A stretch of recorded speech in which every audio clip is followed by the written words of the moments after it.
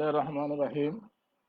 বাংলাদেশের সকল সরকারি ও বেসরকারি পলিটেকনিক ইনস্টিটিউটের ষষ্ঠ পর্ব ইলেকট্রিক্যাল টেকনোলজি প্রিয় ছাত্রছাত্রীবৃন্দ, আসসালামু আলাইকুম। ফেসবুক লাইভ ক্লাসে তোমাদের সকলকে স্বাগত জানাই। আমি প্রকৌশলী Mohammad Babar Ali, instructor electrical, Barishal polytechnic institute, Barishal. Facebook live ক্লাসের মাধ্যমে ষষ্ঠ পর্ব ইলেকট্রিক্যাল টেকনোলজি ছাত্রছাত্রীদের পাঠদানের সুযোগ প্রদানের জন্য মহান আল্লাহকে জানাই অশেষ অশেষ শুকরিয়া। আন্তরিকভাবে কৃতজ্ঞতা প্রকাশ করি বরিশাল পলিটেকনিক ইনস্টিটিউটের সম্মানিত অধ্যক্ষ সহ কারিগরি শিক্ষা অধিদপ্তরের ঊর্ধ্বতন কর্তৃপক্ষ এবং A2I এর সকল সংশ্লিষ্ট কর্মকর্তাবৃন্দের প্রতি। প্রিয় শিক্ষার্থীবৃন্দ, আমার পাঠদানের সাবজেক্টের নাম transmission and distribution of electrical power, সংক্ষেপে TD1, সাবজেক্ট কোড 66763, সহায়ক বই principal of power system, DK Mehta and Rohit Mehta. প্রিয় শিক্ষার্থীবৃন্দ, গত লাইভ ক্লাসে TD1 এর সিলেবাস থেকে চ্যাপ্টার 14 থেকে যে সকল বিষয়ের উপর বিস্তারিত আলোচনা ও ব্যাখ্যা করা হয়েছিল, অর্থাৎ গত লাইভ ক্লাসের পাঠ পরিচিতি ছিল: নাম্বার 1, ট্রান্সমিশন লাইনের বৈদ্যুতিক বিভব সম্পর্কে ধারণা। নাম্বার 2, চার্জযুক্ত একটি পরিবাহীর বিভব নির্ণয়। নাম্বার 3, এক ফেজ ওভারহেড ট্রান্সমিশন লাইনের ক্যাপাসিট্যান্স নির্ণয়ের সমীকরণ প্রতিপাদন। নাম্বার 4, 3 ফেজ ওভারহেড ট্রান্সমিশন লাইনের ক্যাপাসিট্যান্স নির্ণয়ের সমীকরণ প্রতিপাদন। নাম্বার 5, ফেরান্টি ইফেক্টের ব্যাখ্যা। নাম্বার 6, এক ফেজ ও 3 ফেজ ওভারহেড ট্রান্সমিশন লাইনের ক্যাপাসিট্যান্স নির্ণয়ের সমস্যাবাদীর সমাধান। প্রিয় শিক্ষার্থীবৃন্দ, আজকের 13তম লাইভ ক্লাসে চ্যাপ্টার 15 থেকে যেসব বিষয়ের উপর বিস্তারিত আলোচনা ও ব্যাখ্যা করা হবে, অর্থাৎ আপনার আজকের লাইভ ক্লাসের পাঠ পরিচিতি অধ্যায় 15 থেকে। নাম্বার 1, ওভারহেড ট্রান্সমিশন লাইনের শ্রেণীবিন্যাস। নাম্বার 2, শর্ট ট্রান্সমিশন লাইনের ভেক্টর ডায়াগ্রাম অঙ্কন। নাম্বার 3, শর্ট ট্রান্সমিশন লাইনের ভোল্টেজ রেগুলেশন এর সমীকরণ প্রতিপাদন। নাম্বার 4, শর্ট ট্রান্সমিশন লাইনের দক্ষতার সমীকরণ প্রতিপাদন। নাম্বার 5, শর্ট ট্রান্সমিশন লাইনের ভোল্টেজ রেগুলেশন এবং দক্ষতার উপর লোডের পাওয়ার ফ্যাক্টরের প্রভাব। নাম্বার 6, শর্ট ট্রান্সমিশন লাইনের ভোল্টেজ রেগুলেশন এবং দক্ষতা সম্পর্কিত সমস্যাবলীর সমাধান।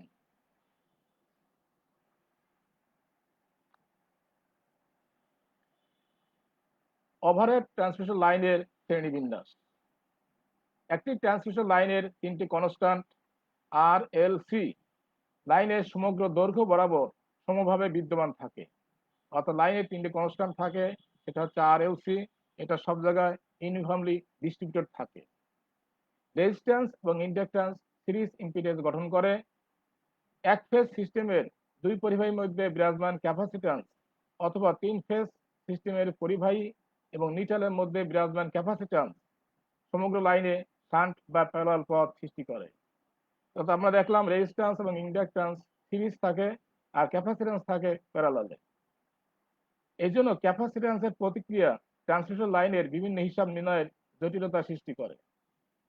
ক্যাপাসিট্যান্সের প্রতিক্রিয়া বিবেচনা করে ওভারহেড ট্রান্সমিশন লাইনকে 3 শ্রেণীতে ভাগ করা যায়, যথা: number 1, short transmission line. Number 2, medium transmission line. Number 3, long transmission line. প্রিয় শিক্ষার্থীবৃন্দ, এগুলো আমরা সংক্ষিপ্ত এখন আলোচনা করব। প্রথমে আসছি শর্ট ট্রান্সমিশন লাইন। যখন কোনো ট্রান্সমিশন লাইনের দৈর্ঘ্য 50 কিলোমিটারের মধ্যে থাকে এবং লাইনের ভোল্টেজ 20 kV এর কম থাকে, তখন সেই পরিবহন লাইনকে শর্ট ট্রান্সমিশন লাইন বলে। অর্থাৎ শর্ট ট্রান্সমিশন লাইনের বৈশিষ্ট্য হচ্ছে দৈর্ঘ্য 50 কিলোমিটার কম হবে এবং লাইনের ভোল্টেজ 20 কেভির কম থাকতে হবে। দৈর্ঘ্য স্বল্প এবং লাইনের ভোল্টেজ কম হয় ক্যাপাসিট্যান্সের প্রভাব খুব কম থাকে বলে ক্যাপাসিট্যান্সকে উপেক্ষা করা যায়। অর্থাৎ শর্ট ট্রান্সমিশন লাইনে আমরা ক্যাপাসিট্যান্সকে নেগলেক্ট করতে পারি, কারণ দৈর্ঘ্য কম আর ভোল্টেজ কম থাকার কারণে। এই জন্য শর্ট ট্রান্সমিশন লাইনের পারফরমেন্স হিসাবের ক্ষেত্রে শুধুমাত্র রেজিস্ট্যান্স এবং ইন্ডাকট্যান্সকে বিবেচনা করা হয়। মিডিয়াম ট্রান্সমিশন লাইন, যখন কোনো ট্রান্সমিশন লাইন 50 কিলোমিটার হতে 150 কিলোমিটার দীর্ঘ হয় এবং লাইনের ভোল্টেজ 20 কেভি এর বেশি কিন্তু 100 কেভির কম থাকে, তখন সেই লাইনকে মিডিয়াম ট্রান্সমিশন লাইন বলে। অর্থাৎ মিডিয়াম ট্রান্সমিশন লাইনের দৈর্ঘ্য 50 কিলোমিটার হতে 150 কিলোমিটার কম থাকে আর ভোল্টেজ 20 কেভি এর বেশি কিন্তু 100 কেভি এর কম থাকে।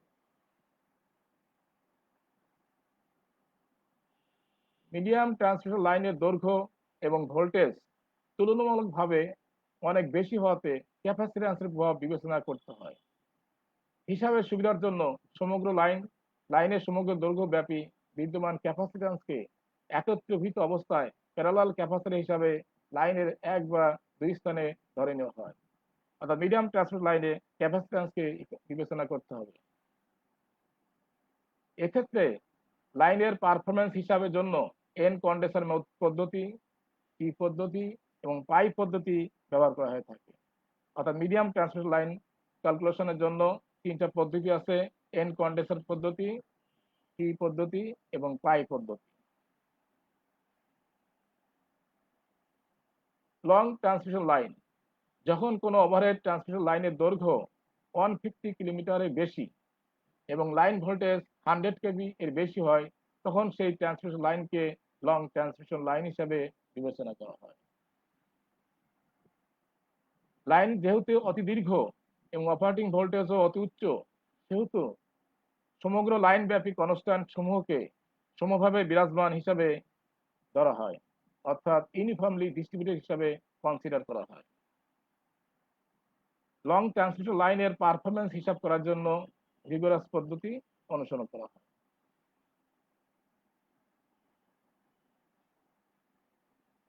ভোল্টেজ রেগুলেশন, ট্রান্সমিশন লাইনের গ্রহণ প্রান্তের বা রিসিভিং এন্ড প্রান্তের নো লোড ভোল্টেজ এবং ফুল লোড ভোল্টেজের পার্থক্যকে ভোল্টেজ রেগুলেশন বলে।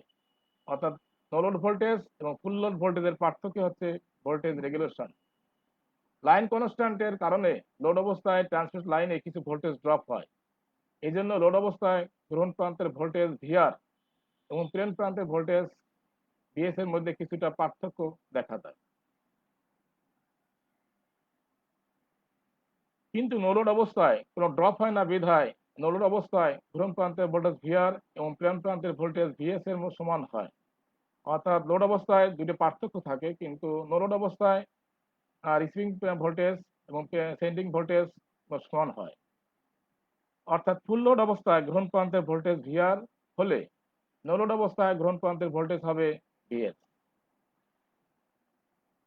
এখন পার্সেন্টেজ ভোল্টেজ রেগুলেশন হচ্ছে VS minus VR by VR into 100।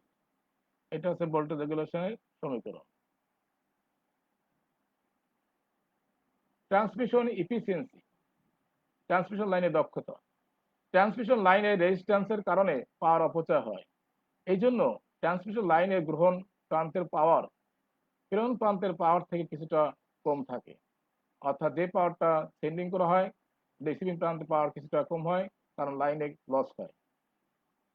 গ্রহণ প্রান্তের পাওয়ার এবং প্রেরণ প্রান্তের পাওয়ারের মধ্যকার অনুপাতকেই ট্রান্সমিশন এফিসিয়েন্সি বলে। আমরা সমীকরণ দেখি, পার্সেন্টেজ ট্রান্সমিশন এফিসিয়েন্সি সমান সমান উপরে থাকবে গ্রহণ প্রান্তের পাওয়ার, নিচে প্রেরণ প্রান্তের পাওয়ার, আর যেহেতু পার্সেন্টেজ করা হচ্ছে 100 দিয়ে গুণ হবে, সমান সমান পিআর বাই পিএস ইন্টু 100। এখানে পিআর হচ্ছে রিসিভিং এন্ড পাওয়ার বা গ্রহণ প্রান্তের পাওয়ার, আর পিএস হচ্ছে সেন্ডিং এন্ড পাওয়ার বা প্রেরণ প্রান্তের পাওয়ার। এক্ষেত্রে উভয় পাওয়ার অ্যাক্টিভ পাওয়ার বা ট্রু পাওয়ার হইতে হবে বা প্রকৃত ক্ষমতা হইতে হবে। এখানে খেয়াল রাখতে হবে পিআর এবং পিএস উভয় অ্যাক্টিভ বা ওয়াট বা কিলোওয়াট মেগাওয়াট থাকতে হবে।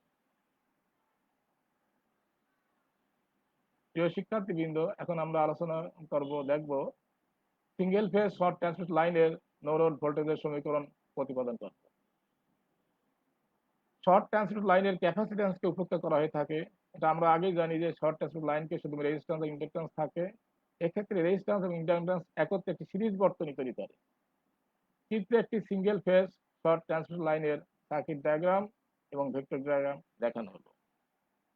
এটা একটা সিঙ্গেল সার্কিট ডায়াগ্রাম। এই রেজিস্ট্যান্স এবং ইন্ডাকট্যান্স সিরিজ থাকবে। এটা সেন্ডিং এন্ড প্রান্ত বা ভিএস, এর লোড প্রান্ত বা রিসিভিং এন্ড ভিআর, ভোল্টেজ হচ্ছে ভিআর। এক্ষেত্রে যেহেতু সিরিজ সার্কিট, সব জায়গায় কারেন্ট একই থাকবে। এটা হচ্ছে শর্ট ট্রান্সমিট লাইনের সার্কিট ডায়াগ্রাম। পাশে একটি ভেক্টর ডায়াগ্রাম দেখানো আছে, পরবর্তীতে আমরা এটা ব্যাখ্যা করব। প্রয়োজনীয় ডাটা সমূহ, এখানে আই হচ্ছে লোড কারেন্ট, আর হচ্ছে লুপ রেজিস্ট্যান্স উভয় পরিবাহীর জন্য সিঙ্গেল ফেজ হলে। এক্সেল হচ্ছে লুপ রিঅ্যাক্ট্যান্স, ভিআর হচ্ছে রিসিভিং এন্ড ভোল্টেজ, গ্রহণ প্রান্তের ভোল্টেজ, ভিএস হচ্ছে সেন্ডিং এন্ড ভোল্টেজ, প্রেরণ প্রান্তের ভোল্টেজ, ফাই আর হচ্ছে receiving end power factor angle. এটা আমরা ল্যাগিং ধরে চিত্র অঙ্কন করব, এই জন্য ল্যাগিং আঁকছি। ফাই এস হচ্ছে sending end power factor angle. Receiving end অর্থ গ্রহণ প্রান্ত, আর সেন্ডিং এন্ড অর্থ প্রেরণ প্রান্ত। লোডের পাওয়ার ফ্যাক্টর ল্যাগিং বিবেচনা করে ভেক্টর ডায়াগ্রাম অঙ্কন করা হয়েছে। এখন ভেক্টর ডায়াগ্রাম ব্যাখ্যা। চিত্রে একটি ভেক্টর ডায়াগ্রাম দেখানো আছে। এখানে রেফারেন্স লাইনকে আই কে রেফারেন্স ধরা হয়েছে, এখানে আই থাকে রেফারেন্স লাইনে। আর যেহেতু আমার ল্যাগিং পাওয়ার ফ্যাক্টর ভিআর থেকে আই পিছনে থাকবে হায়ার অ্যাঙ্গেলে, অর্থাৎ ভিআর সামনে থাকবে হায়ার অ্যাঙ্গেলে। এটাই দেখাইছি ওয়ে দ্বারা ভিআর, ওয়ে অর্থে ভিআর। যেহেতু ল্যাগিং পাওয়ার ফ্যাক্টর, সেহেতু ভিআর ভেক্টরটি আই ভেক্টর থেকে ফাইয়ার কোণে অগ্রগামী, অর্থাৎ কারেন্ট থাকবে পিছনে, এই ভিআর থাকবে আগে। এই লোড প্রান্ত বা রিসিভিং প্রান্ত থেকে ভেক্টর ডায়াগ্রাম অঙ্কন করা হয়েছে। এবি, এখানে আমাদের যখন কারেন্ট প্রবাহিত হবে তখন রেজিস্ট্যান্স, এখানে ভোল্টেজ ড্রপ হবে, সেই ড্রপটা হলো আইআর। এটি এবি দ্বারা প্রকাশ করা হয়েছে, যা কারেন্টের সাথে থাকবে ইন ফেজ, এটি রেজিস্টিভ ড্রপ।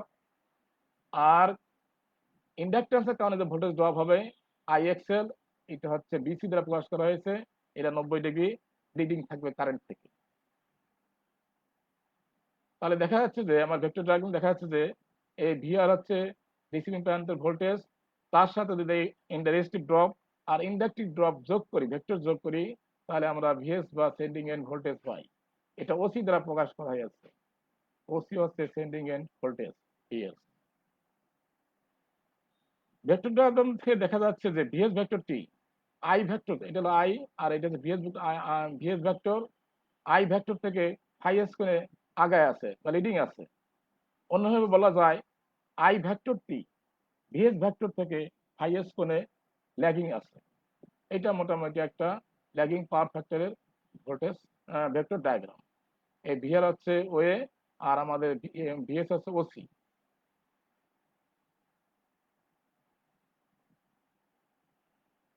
এখন আমরা যদি ওসি মান বের করি, তাহলে আমরা ত্রিভুজ চিন্তা করবো। ওসিডি সমকোণী ত্রিভুজ থেকে পাই ওসি হচ্ছে অতিভুজ, অতিভুজ স্কয়ার সমান সমান ওডি হলো ভূমি স্কয়ার, আর ডিসি হচ্ছে লম্ব স্কয়ার।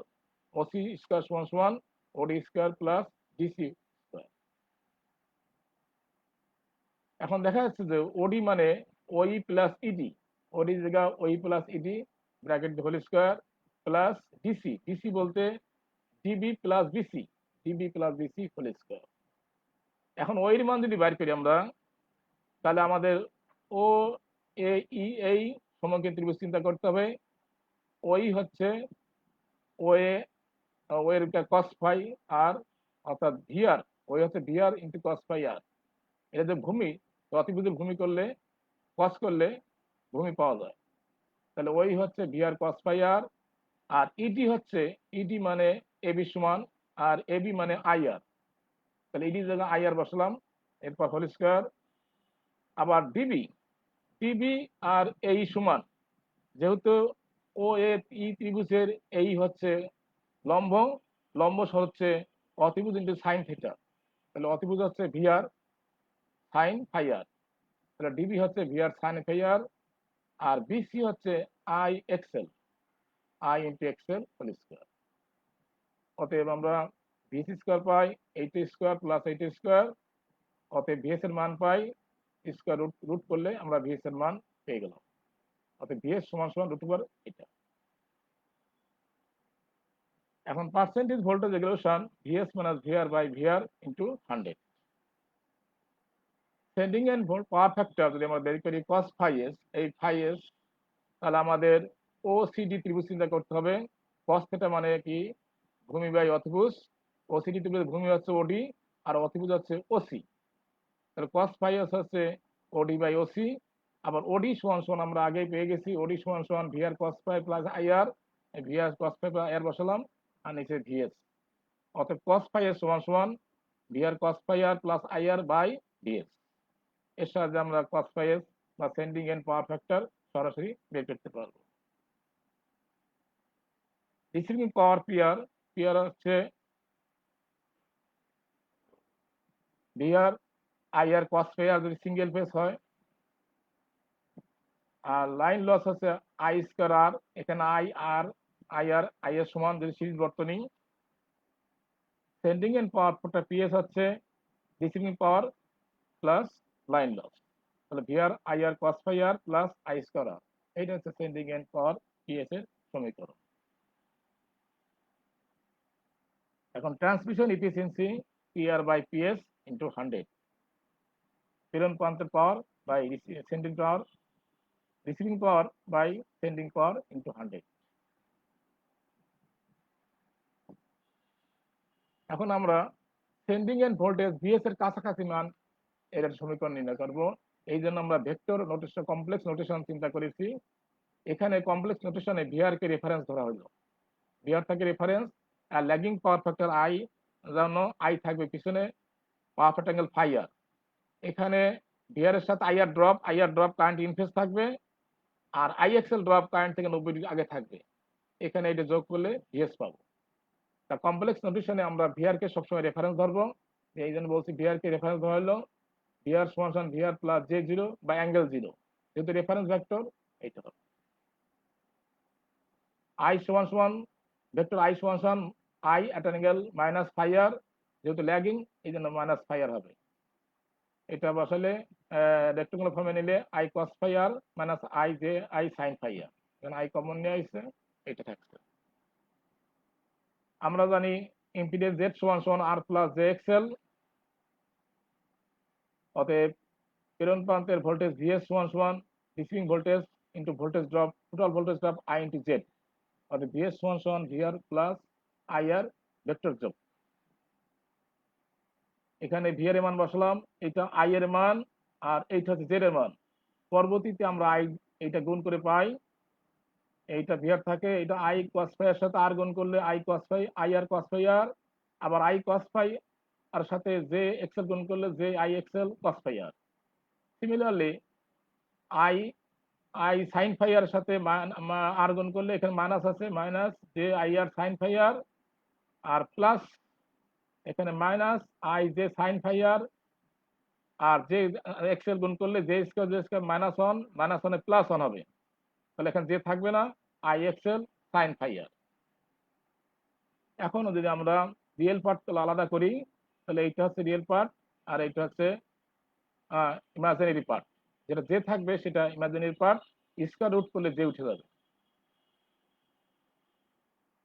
এখানে দেখা যাচ্ছে বর্গমূলের দ্বিতীয় টার্মটির মান খুব ছোট, এটা যেহেতু মাইনাস আছে এটা মান খুব ছোট হবে, তাহলে আমরা হিসাবের সুবিধার্থে এটা বা নেগলেক্ট করতে পারি।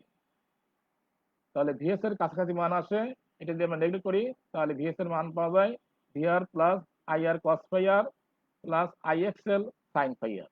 এইটা হচ্ছে সেন্ডিং এন্ড ভোল্টেজের কাছাকাছি মান নির্ণয়ের সূত্র।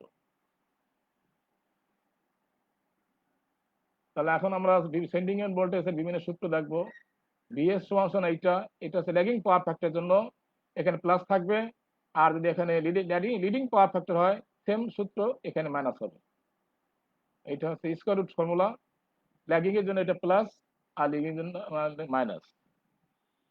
ভিএস এর কাছাকাছি মান হবে এইটা। পাওয়ার ফ্যাক্টর ল্যাগিং হলে কাছাকাছি বা অ্যাপ্রক্সিমেট ফর্মুলার সূত্রের সাহায্যে ভিএস এর মান মোটামুটি সঠিক পাওয়া যায়। কিন্তু লিডিং পাওয়ার ফ্যাক্টরের ক্ষেত্রে অ্যাপ্রক্সিমেট ফর্মুলার সাহায্যে ভিএস এর মান বের করলে বেশ ইরোড বা ত্রুটি দেখা দেয়।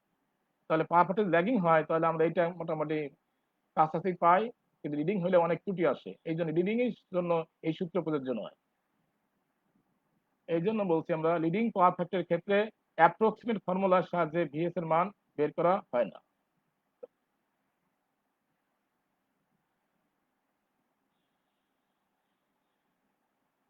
তাহলে ভিএস এর কমপ্লেক্স নোটেশনে পাই ভিএস সমান সমান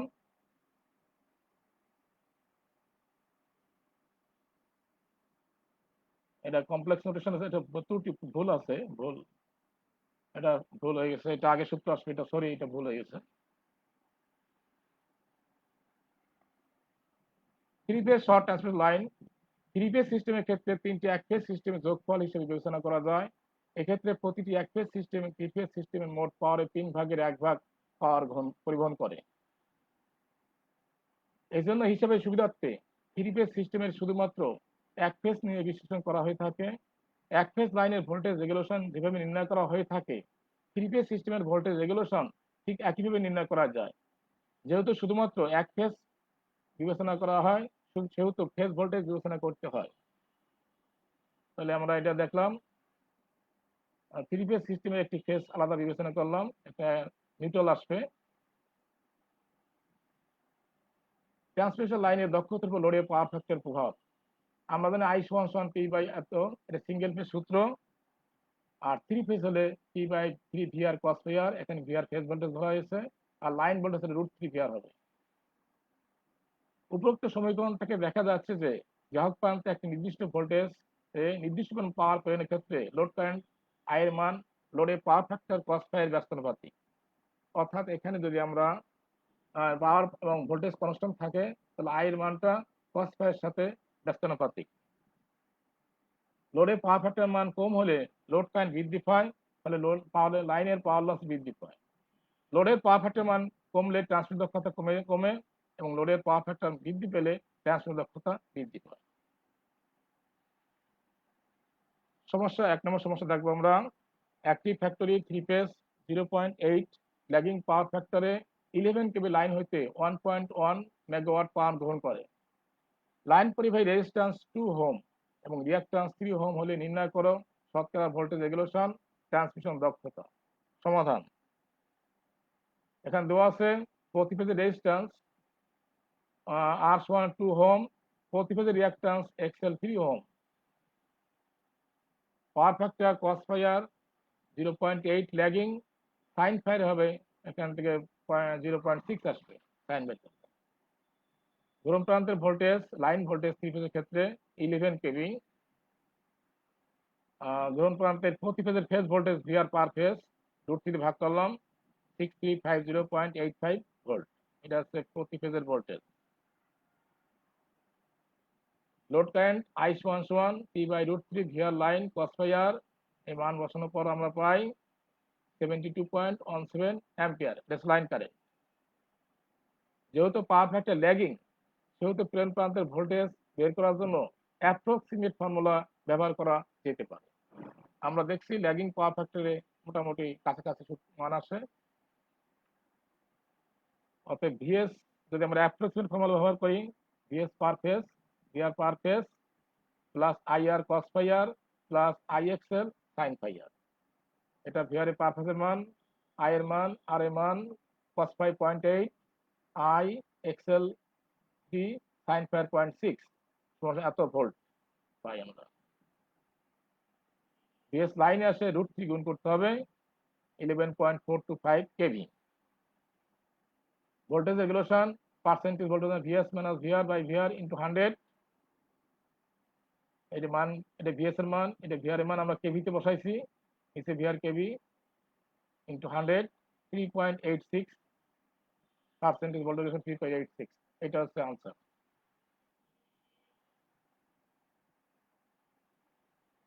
থ্রি ফেজ সিস্টেমের মোট লাইন পাওয়ার লস, লাইনের মোট power loss 3 I square R watt, 3 I square R এর মান 2 এত ওয়াট। গরম প্রান্তে পাওয়ার আছে 1.1 মেগাওয়াট, এত ওয়াট হলো। প্রেরণ প্রান্তে পাওয়ার পিএস সমান PR plus line loss, PR হচ্ছে এইটা আর লাইন লস হচ্ছে এইটা, যোগ করলে আমরা পাই এত ওয়াট। ট্রান্সমিশন এফিসিয়েন্সি হবে পিআর বাই পিএস ইন্টু 100। এইটা পিআর এর মান, এটা পিএস এর মান, গুণ করে বসানোর পর 100 গুণ করলাম, এটা পাই 97.237%। এটা ট্রান্সমিশন লাইনের দক্ষতা। সমস্যা 2, একটি 33 কেবি এক phase transmission line 0.8 lagging power ফ্যাক্টরে 1100 মেগা কিলোওয়াট পাওয়ার গ্রহণ করে। লাইনের মোট রেজিস্ট্যান্স এবং রিঅ্যাক্ট্যান্স যথাক্রমে 10 ওহম এবং 15 ওহম। নির্ণয় করো প্রেরণ প্রান্তের ভোল্টেজ ও পাওয়ার ফ্যাক্টর, শতকরা রেগুলেশন, ট্রান্সমিশন দক্ষতা। সমাধান দেওয়া আছে গ্রহণ প্রান্তের পাওয়ার পিআর সমান সমান এত কিলোওয়াট, এটাকে আমরা 1000 দিয়ে গুণ করে ওয়াট করলাম। গ্রহণ প্রান্তের ভোল্টেজ ভিআর হচ্ছে 33 কেবি, এটা সিঙ্গেল ফেজ, এত 1000 ভোল্ট থাকবে। গ্রহণ প্রান্তের power factor cos phi r 0.8 lagging. লাইনে মোট রেজিস্ট্যান্স দেওয়া আছে 10 ওহম। লাইনে মোট রিঅ্যাক্ট্যান্স XL 15 ওহম।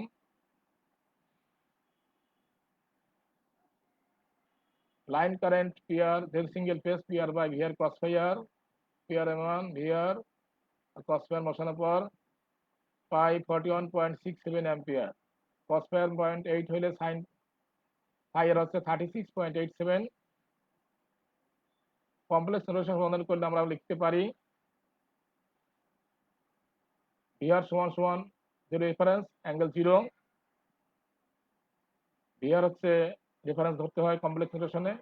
আই এর মান আছে 41.67, যেহেতু ল্যাগিং পাওয়ার ফ্যাক্টর, এই অ্যাঙ্গেলটা ল্যাগিং মাইনাস হবে 36.87। জেড এর মান R plus J XL 10 plus J 15। VS হবে VR plus I into Z, এইটা হচ্ছে কমপ্লেক্স নোটেশনের সূত্র। ওটা আগের সূত্রটা একটু ভুল আছে, ভিআর বাদ পড়ে গেছে। এখানে ভিএস হবে VR plus I into Z, vector diagram, vector যোগ। এটা ভিআর এর মান বসালাম, এইটা হচ্ছে আই এর মান, আর আর এর মান হচ্ছে 10 প্লাস জে 15। এখন আমরা কমপ্লেক্স ফাংশনে ক্যালকুলেটরে কমপ্লেক্স ফাংশন ব্যবহার করলে আমরা একবারেই এটা বের করতে পারি। এটা মান আসে 33709.3, অ্যাঙ্গেল হবে 0.42 ডিগ্রি। এটা ক্যালকুলেটরে কমপ্লেক্স ফাংশন ব্যবহার করলে আমরা এটা সহজেই বের করতে পারি। প্রেরণ প্রান্তের ভোল্টেজ ভিএস হবে মান, এটা হচ্ছে মান এবং এটা কোণ, এইটা মান হচ্ছে 33709.3 ভোল্ট। এত আনসার। এখানে আমরা ডায়াগ্রামটা আবার রাখছি অ্যাঙ্গেল বের করার জন্য। এইটা হচ্ছে ভিএস এর সাথে যে কোণ, এটা আলফা, এর মান হচ্ছে 0.42 ডিগ্রি। আর ভিআর এর এবং আই এর মধ্যে কোণ হচ্ছে ফাই আর। তাহলে দেখা যাচ্ছে যে এই ভিএস থেকে আই এর যে মধ্যবর্তী কোণ, এই ফাই এস বিবেচনা করি, আই থেকে ভিএস এর মধ্যে কোণ, এইটা হবে ফাই আর যোগ আলফা। ফাই আর যোগ আলফা। ফাই আর হচ্ছে 36.87 আর আলফা হচ্ছে 0.42, যোগ করলে 37.29 ডিগ্রি পাই। প্রেরণ প্রান্তের power factor cos phi s, এটা cos করলেই আমরা প্রেরণ প্রান্তের পাওয়ার ফ্যাক্টর পাই 0.7956 ল্যাগিং, যেহেতু কারেন্ট পিছনে আছে এটা lagging. Line loss I square R 41.67 square plus 10 এত কিলোওয়াট। প্রেরণ প্রান্তের পাওয়ার পিএস হলো পিআর প্লাস লাইন লস, এত কিলোওয়াট আসে। Transmission efficiency PR by PS into 100, এটা করার পর আমরা এত পাই, এত পার্সেন্টেজ। হোমওয়ার্ক, প্রিয় শিক্ষার্থীবৃন্দ, আজকে হোমওয়ার্ক হিসেবে তোমাদের থাকছে, সেগুলো 1 নম্বর থাকছে স্বল্প দৈর্ঘ্য ওভারহেড ট্রান্সমিশন লাইনের দক্ষতা উপর লোডের পাওয়ার ফ্যাক্টর প্রভাব বর্ণনা করো। 2 নম্বর কোশ্চেন হচ্ছে লিডিং পাওয়ার ফ্যাক্টরের ক্ষেত্রে স্বল্প দৈর্ঘ্য পরিবহন লাইনের ভেক্টর ডায়াগ্রাম অঙ্কন করো। 3 একটা সমস্যা থাকছে, একটি 11 কেবি 3 ফেজ সরবরাহ লাইনের মাধ্যমে 0.8 ল্যাগিং পাওয়ার ফ্যাক্টরে 10 কেভিএ লোড যুক্ত আছে। লাইনের প্রতি ফেজের ইম্পিডেন্স 1.5 প্লাস জে 2 হলে নির্ণয় করো শতকরা ভোল্টেজ রেগুলেশন ট্রান্সমিশন দক্ষতা। প্রিয় শিক্ষার্থীবৃন্দ, আগামী লাইভ ক্লাসে চ্যাপ্টার 4 এর বাকি কিছু অংশ ম্যাথমেটিক্স দেখাবো এবং চ্যাপ্টার 1 থেকে আবার শুরু করব। চ্যাপ্টার 1 এর কিছু অংশ নিয়ে আবার আমরা পরে লাইভ ক্লাস দেখাবো। আগামী লাইভ ক্লাসের পার্ট প্রতিটি হবে অধ্যায় 1 15.6 থেকে স্বল্প দৈর্ঘ্য ওভারহেড ট্রান্সমিশন লাইনের ভোল্টেজ রেগুলেশন সম্পর্কিত সমস্যার সমাধান। 2 নম্বর থাকবে অধ্যায় 1.7 থেকে বিভিন্ন সিস্টেমের কপার লস সাশ্রয়ের তুলনা। 3 নম্বর থাকবে অধ্যায় 1.8 থেকে বিভিন্ন সিস্টেমের কপার সাশ্রয়ের তুলনা। এটা প্রথম চ্যাপ্টার থেকে আসবে। প্রিয় শিক্ষার্থীবৃন্দ, আগামী লাইভ ক্লাসে তোমাদের স্বতঃস্ফূর্ত অংশগ্রহণ একান্ত কাম্য। মহান রাব্বুল আলামিন আমাদের সবাইকে সুস্থ রাখুন, ভালো রাখুন, এই কামনা করে আজকের মতো এখানেই শেষ করছি। আল্লাহ হাফেজ।